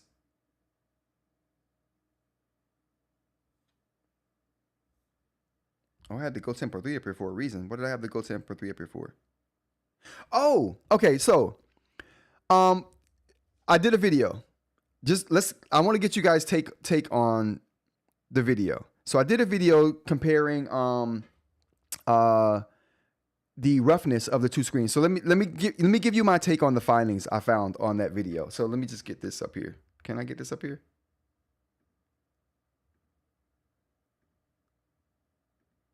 Oh, we got two more videos actually. Wow, we got two more videos. Let's see if I can find this.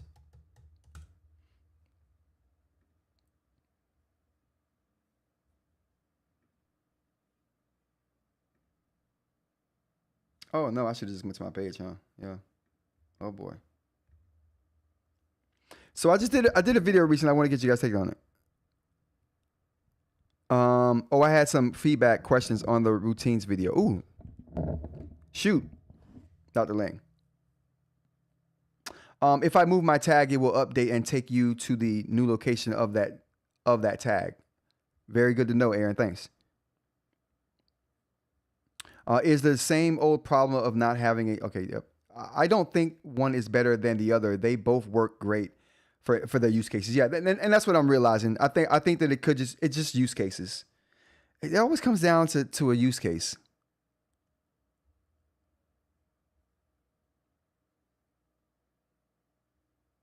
It always comes down to a use case.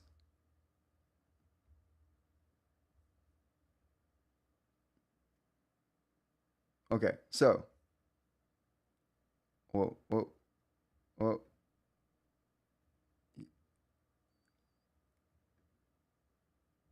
Where am I at? Okay. I don't want to do the alligator lips on a still frame. Okay, so I did a video recently talking about. Oh wow. Okay, so I did a video recently talking about screen roughness. But what about what was this routines video?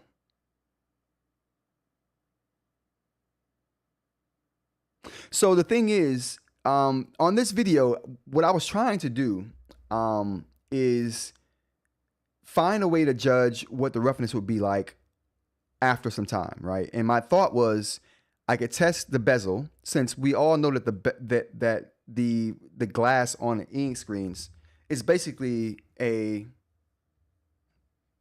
really.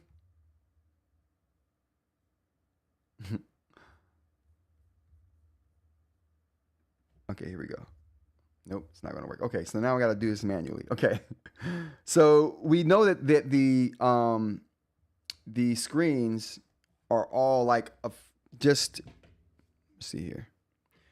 So the screens are just, all of this is one piece of glass, right? Or one piece of film that's over glass. So this whole thing is the same material, right? The thought was that this writing area right here would have some wear, and the bezels of this writing area, because like I said, again, this is all the same surface, right? The bezel isn't a different surface than the writing area. They're both the same surface.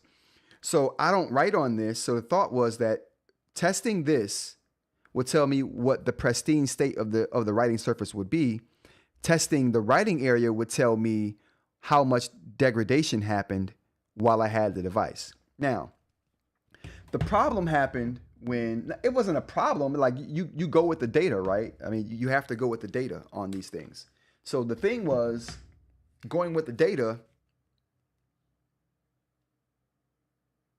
whoa. All right, so there we go. So going with the data, or on that premise and going with the data, I felt like testing the bezels of this and then testing the writing surface would give me degradation as well, right? The interesting part was when I tested the bezels on the Go 10.3, the bezel roughness was lower than the writing area roughness. Now, that told me a couple things. That they could have been concentrating that they could be concentrating the friction in the middle writing area of the surface, right? Because they know what's going to go on there. They know how it's going to go on. They know where you're going to be writing, so they could have reinforced that writing area with more friction versus this area right here, which may or may not be the case. But that's what it turned out to be in the readings. The readings found that the bezels were higher than the middle of the device. Although the writing area of the device was higher, the friction was higher in the middle of the device than it was on the bezels, which is not what I expected at all. Now, as far as a Supernote goes, the Supernote it behaved exactly like I thought it would. The writing area had less friction than the bezel did from me writing on it. Now, like I said, I just follow the data. I just follow the data. Whatever the data says, I go with it. And that's what the data said when I tested it. Now, what does that mean to me? Does it mean that there is no degradation happening at all on the Go 10.3? No, it doesn't. That just means to me that they had concentrated friction in the writing area. Now, is that the gospel? Like, I don't know that 100%. That's just what the data suggests, right? And I took those readings from multiple different spots on the Go 10.3. So it just wasn't in one spot that I took those readings. So that's the thing for me. Let's go into the chat and see how you guys feel about that. Do you guys think there was anything to be learned from that? What did we learn, right? Those kind of things. And I think there was something to be learned about it. There's no such thing as bad data unless it's wrong, right? And the readings were correct because we did the calibration before the readings to show you that the device actually gets the readings that it should get. And then we actually went right from that calibration to testing. So the data is correct. Now, what does it suggest? What does the data say? That's the next question. Now, I don't know what the data does say, but I know what it doesn't say. Well, no, I'm sorry. That doesn't make sense. I don't know if the data suggests anything other than there is no damage happening at the very least, right? Ceramic isn't damaging the screen. If it was damaging the screen, we'd see readings we'd see a lot of, we would have saw lower readings for sure in the writing area of that screen if it was damaging the screen. So ceramic doesn't damage e-ink screens. And that's kind of the area I wanted to go. That's where I was going with that. It doesn't damage the screens. Now, how much degradation happens, how much wear happens over the course of normal use, that's kind of where the next set of questions, the next set of tests are going to go. Let's go to let's go to the chat real quick. Blah, blah, blah.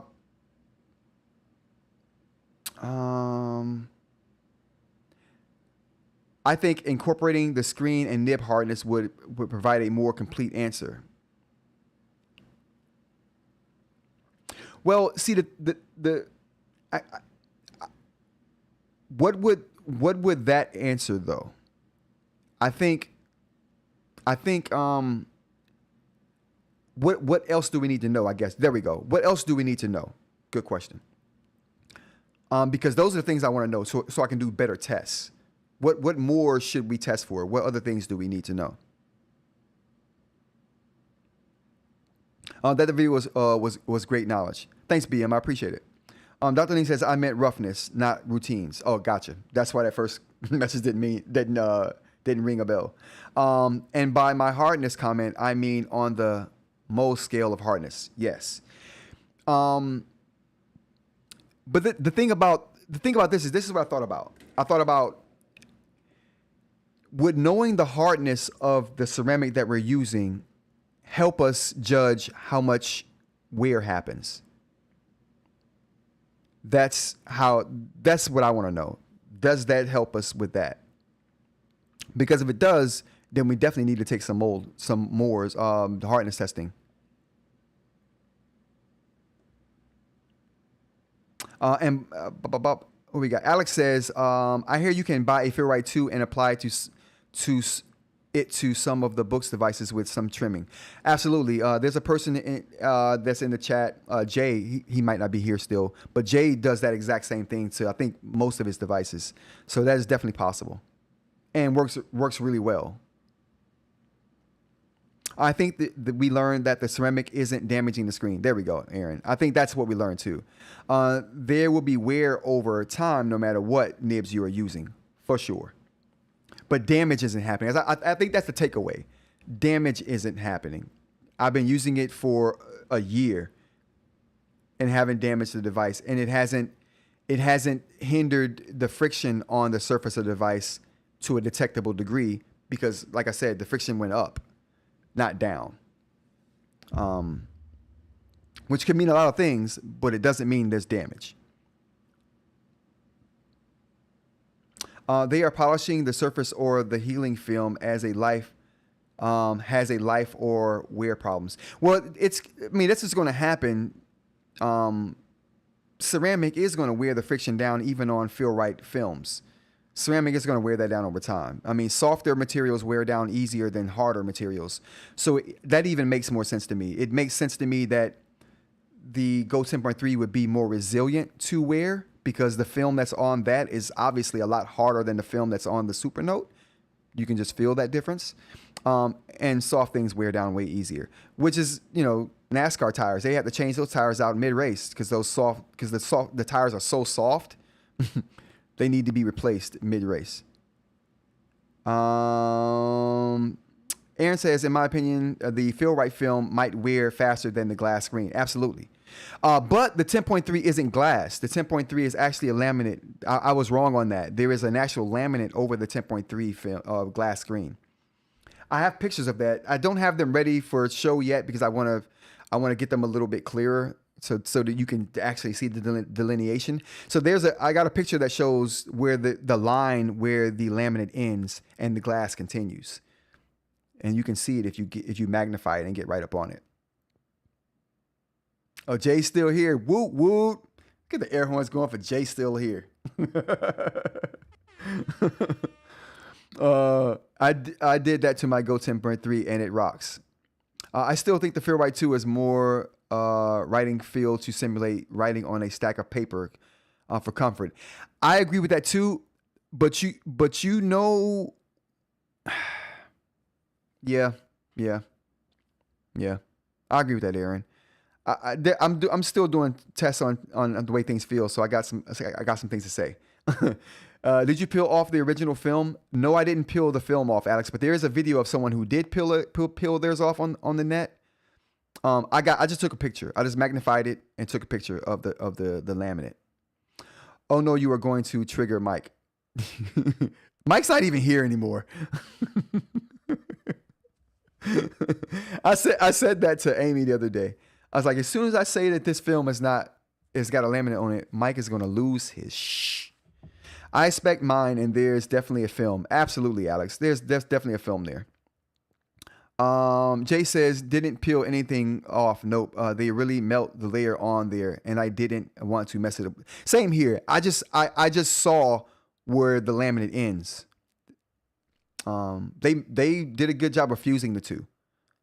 Talking about the Go 10.3 having a film. Yep. Yeah, that's what I'm saying, Parmesan. I told Amy that I was gonna say it, that it had a film over it, and I was like, and as soon as I say it, Mike's gonna lose his crap. All right, so that's that. But anyway, so it's good to get your guys' film back on that, or feedback on that. I appreciate that. Let's take a look at Jay's video here.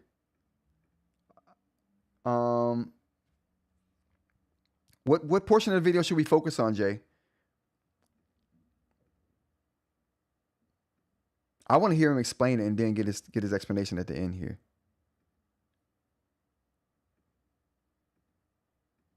We'll jump around. You go to sync settings, right, and now you can tell it, hey, I'd like to. Oh, that's the wrong one. Oh, was this a live, Jay? Oh, you know what? My bad. So this is the live then. Has my audio? Am I able to be heard? All right, Jay. Since I love the T-shirt. OBS.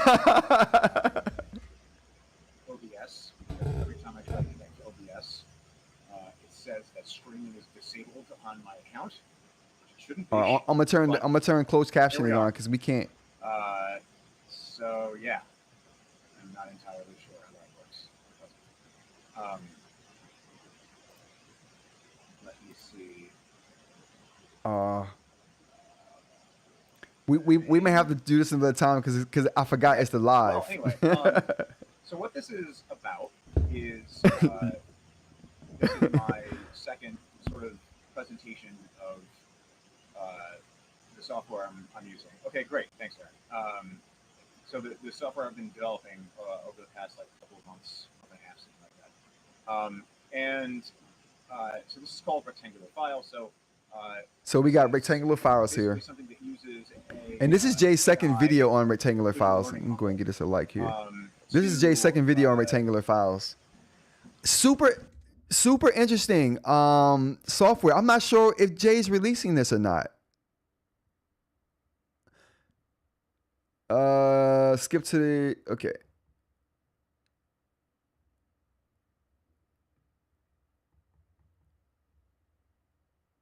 There we go. Okay. Yeah, this is Jay's second video on this topic. I'm not sure if Jay's putting this software out or not. I hope he does though, because I'm super interested in it.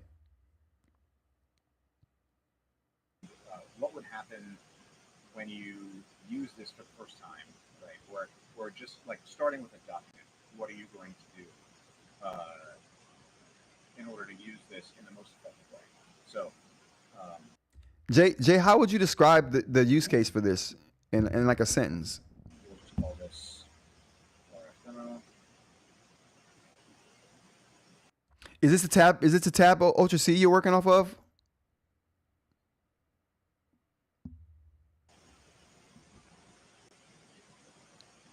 And I'm sure I'm going to run into demo hell, which is what happens when you try to show people something and it will always break because of the fact that you were trying to show someone. I think we're all Yep, familiar that's with how that it works, Jay. concept, but I just want to make sure everyone's expecting it. Okay. So let's suppose I write some notes. You know, this. Oh, so Jay is putting this out on GitHub. Awesome. Okay. And maybe in this note, I want to talk about a couple of different topics. So I'm going to cover, you know, Boox and Supernote. Yeah.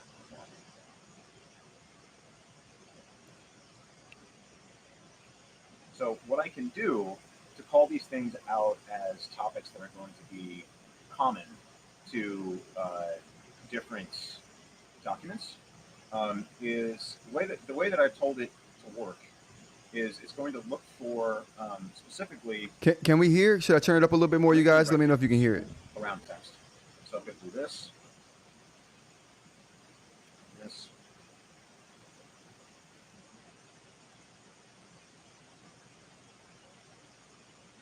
How are you selecting this, Jay?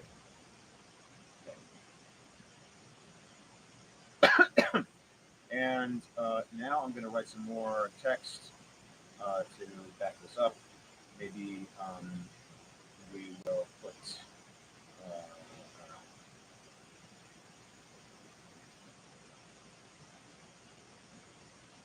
know. Okay, yeah. But it does this word soup that I like too, which is kind of cool.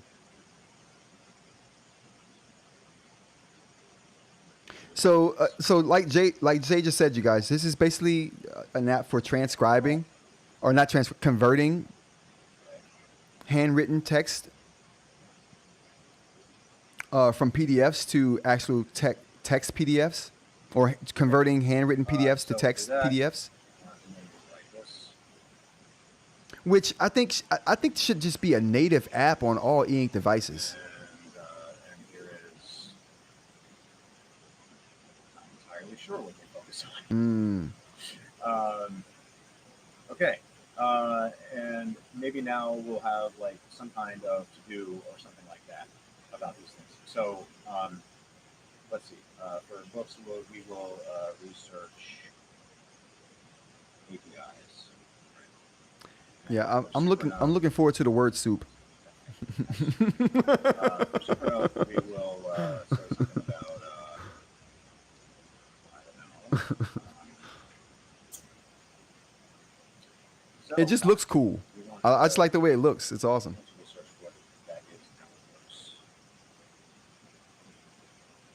And for remarkable, So, I don't know. you know, we should do a live one day with you just running through this, because this. I think this app is going to be huge, man. I think So this is once you do all you need to do to this, and it's going to be killer, dude. I can't wait to use it myself. It is a framework for adding additional apps to Remarkables that it wouldn't otherwise ordinarily have. So it's sort of like you get root out of the box with Remarkable, which is actually pretty impressive. But Zovi is sort of like a way of you actually doing something with that might be useful. So, anyway, so I'm gonna go to the end where do we're starting the transcription. out of this note.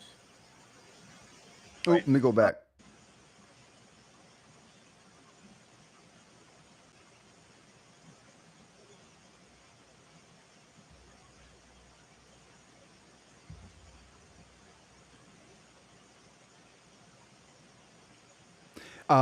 Dr. Lane says, I think the scribe can do the handwriting text conversion. And okay, so that's what we got. Yeah. And now if I go back. Yeah, that's the cool part about this, I think, too, like Jay just said. I think the cool part about it is converting, but being able to do something with it, or having the system do something with it after it's converted it. Like, like it would be so cool to just be able to write something, and just as soon as you export it, it's converted, it's into a PDF, it's formatted, you know what I mean? Those kind of things. out of this note. That's where I see this app going, to be able to do something like that, and I really can't wait for it. Right. Yeah, like to-dos, like Jay just said. That would be cool. Here's my RF demo note over there, and you can see up here, it did upload it to my server. So basically what you just did, Jay, is you took a note. You took this note right here. What do you do with a note? How do you exporting a note to where, or have you already found a location for it and it's just doing the export automatically? Here, it did upload it to my server. So as a reminder, the way that Boox does this is you go into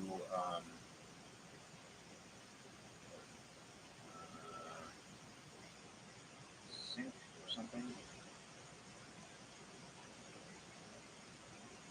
Oh, no, Why'd you choose a Tab O2C Pro to do this with, Jay? Is there a particular reason? So you go Was it because of the color? And, okay, let me put that there because I meant to put that to the folder, but it doesn't matter. So you go to sync settings, right, and now you can tell it, hey, I'd like to also export to third-party accounts every time I write something, right? So I have that doing that to my WebDAV server, which is mine is a Nextcloud server. So Nextcloud is an application that lets you more or less run your own cloud service. So this will upload. Oh, okay. So that's what you're doing. There's a couple. So that's what you're doing? Is that where it goes to and does all the conversions, or is it converted before that, before it gets to the next file? And this is what it looks like once it's converted. Is this right here converted into X file already? This combined view we're looking at right here, because it looks like the same thing you were writing now in PDF form. And then once you upload it, you see the actual handwritten PDF on the left, and then you actually see the output of text on the right.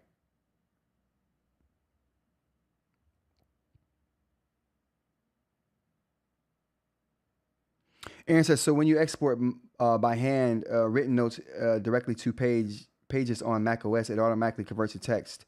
With this system, is that possible to do? That's interesting. I didn't know that was the case on macOS. Good call, Aaron.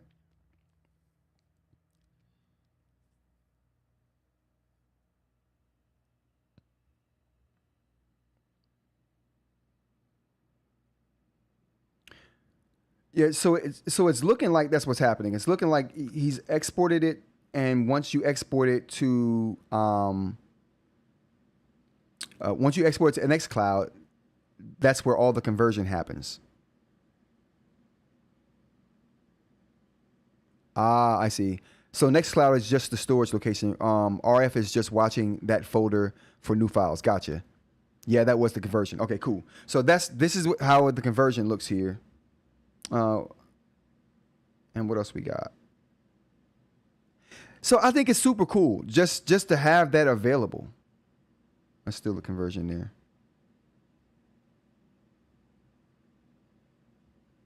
So what's this part right here? What's this part right here, Jay? Annotations for RF demo. You got each. Oh, that's what that was in the boxes. Gotcha. The Boox, Supernote, and Remarkable annotations. And then now it syncs. See, this is what I'm talking about. Android apps, organization, Zettelkasten, and none of those are green boxed. I don't think. Oh, so those weren't green box items. So yeah, because I saw the green box Boox, Supernote, and Remarkable. I got confused. This happens. This is why I'm gonna have to fix the prompting, I think. But okay. I do have something to account for this. So I did the same thing here. Zoe, Jack and Jill, Pale Water. But it got the highlights right. Yellow highlight, research APIs, Zettelkasten, Zoe, right? But what I can do is I can go to. So do you show the word soup on here, Jay? Let's see if we can find the word soup. Oh, I don't think he shows the word. Oh, there he goes. I love this. This is I love this part. All documents. So those words are all the words that it's converting from handwriting to text, and I've got a it's personal folder, not folder. it's called Word Cloud. All my devices are all different, right? So if I go here, this will show me everything related to work. Which is nice. I think I need to have it ignore some words like title, date, document, PDF, sync. Yeah, that would be good. Yeah, definitely have it ignore some words, but I think that's a genius idea right there. I love that. I'm looking forward to that, Jay. I'm looking forward to that program you got going there. That's something that I've been wishing that these e-ink companies did for a long time. I think software like that is going to be is going to be native to these devices. So definitely get yours out before that. Because it's going to be so good to use, and you could be the de facto before they get going on it, because that's such a no-brainer of a tool to have. And I'm so glad that he's putting the time and the brain power behind that. Do you think Supernote will ever bring Play Store? Yeah, that's the next thing is the key. The annotations are, the key is that all you have to do is draw instead of messing with the Boox or Supernote UI. I got you. Yeah, that would be cool. That's where the time and the thought goes into a UI design, right? Either you're putting that time in or you're not putting that time in. But I think this app is gonna be great, and I'm gonna keep checking up on the updates for that, because we need that. Like, we need that, and we need that ASAP. All right, so I think we're ending up the show, but a couple last minute things before we end the show. Again, thank you guys for being here for this whole time, for chilling out with me for these 2 hours. If you liked the live show down below, drop me a line if you want to just say something about the live show. I'll take all feedback at Rants About Tech. Actually, I think it's rantsaboutTechnology@gmail.com. But you can also go to Roderick@rantsabouttech.com. Leave me feedback there. We got the website. If you want to go check out stuff at rantsaboutTech.com, you can go there. We got the nibs. And I've been touting this for a while. Where is it? Oh, that's not it. All right. Anyway, I've been touting this for a while. I'm super proud of being able to get this going. The reason why I haven't launched the nibs yet is because I just got this nib right here in a position to where I can make a crystal nib with the Statler Norse Jumbo. Can we? Oh, there we go. Oh, that's that crystal nib goodness right there. Oh yeah. Anyway, it's great and it's awesome. This is gonna be up on the store, so I'm gonna have the nibs up soon. I'm hoping this coming Friday will be the launch of all of that. And I'm getting the Manta spines ready this week too. So Manta spines, if you don't know what the Manta spines are, they're these right here. These are Manta spines right here. They're basically a bumper that covers the holes up on your Manta. Let me just take this off real quick. They're basically bumpers that covers the holes up on your Manta there. There we go. So they cover these holes up, these unsightly holes on your Manta. And they also give it a nice little rounded area for your hand to sit. Because if you notice, all of these, most of the nicer ones, we've been talking about premium, have this rounded edge here, right? It's got a rounded edge, so it feels nice in your hand. Because of the way the Manta's built, it's just a hard edge right there for the edge where your hand goes. So that's why I came up with the design for this here. You can throw this right in there, and you're good to go. Oh, that was the wrong way. We did it the wrong way. This way. Okay, there we go. You throw this in there, and you're good to go. It closes the holes up, adds a little bit of nice grip for your hand. It's great. So that's coming also this week with the launch of the crystal nibs. So if you're looking forward to that, go ahead and subscribe so you can see that video when it drops. If you like the live stream, if you want to see more of this, go ahead and give me a like. I appreciate that. We got 16 people in here. Can I see at least 10 of y'all? Can I see at least 10 likes, please? All right, and we got another live coming next week, 7 p.m. Every Friday ish. We go about an hour or so, sometimes 2 hours like we did today. We weren't supposed to do that, but we did. We should do a 3-hour one sometime. Oh, whoa. You know what? 24-hour rant stream. What will we talk about for 24 hours? I don't even know. But We're going to get one of those going. It's going to be fun. I'll be tired of this crap. It's going to be awesome. All right. Again, I'll see you guys here next Friday. Don't forget, we got the like I said, the nibs and the Manta or Manta spine, and what else? A video coming this week. The brightness and whiteness tests are coming this week. So look out for that video. It should drop Monday. Monday we got whiteness and brightness. We got eInk whiteness ranked. It's coming. I should have been playing the outro music. How come no one warned me? All right, let's get the outro music going. Now we got to talk this outro music out. Okay, so let's do this again. Okay, so don't forget, live stream next week. Hopefully we're going to have the launch of the Crystal Nibs Manta Spine. Like if you liked. Subscribe if you want to see more. Join the chat crew if you want to have the nice star by your name and get called out and be recognized. I call out and recognize everybody for joining the chat because I'm just so appreciative. But if you want to support the channel, become a member. That's a good way to do it. It's a good way to do it. View. Hit the like button. It's also a good way to do it. Thanks for all the chat crew that's in here today. We got Jay. We got Aaron. We got... who else from the chat crew we got here today? Parmesan is honorary. We got The Rock honorary. We got who else? We got Dr. Ling. We got eInk. We got Alex. What's up? Thanks for joining. I appreciate you. Max, also honorary. Parmesan, but said your name twice. It's so nice. Who else we got up here? BM, thanks for joining. We got Alex. Thanks for joining me too. Dr. Ling, if I haven't said your name, thanks for joining. We got a lot of chat, you guys. Rev Rogers, thanks for joining. Who else we had up here? Who else did we have at the very top? I know we had somebody else at the very top. That's it. That's it. So, nope, we had Aaron. Aaron Huff. Thank you. Okay. All right. I think that's it. If I missed you, I'm sorry. I think I got everybody, though. Thanks, you guys, for joining me. I'll hopefully see you guys here next week. And until next time, take care.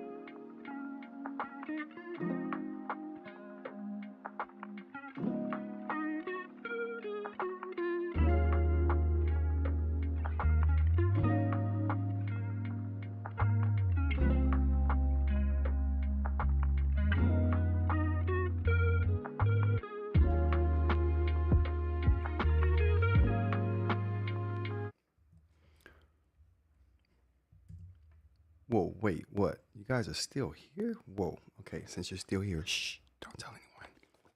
Shh. I want to show you something because it's at the end of the show and no one's even supposed to be here still, so real quick. We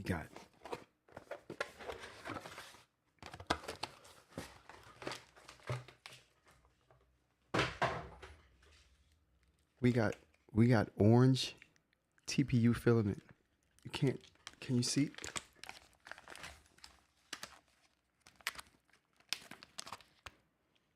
You know what's coming next.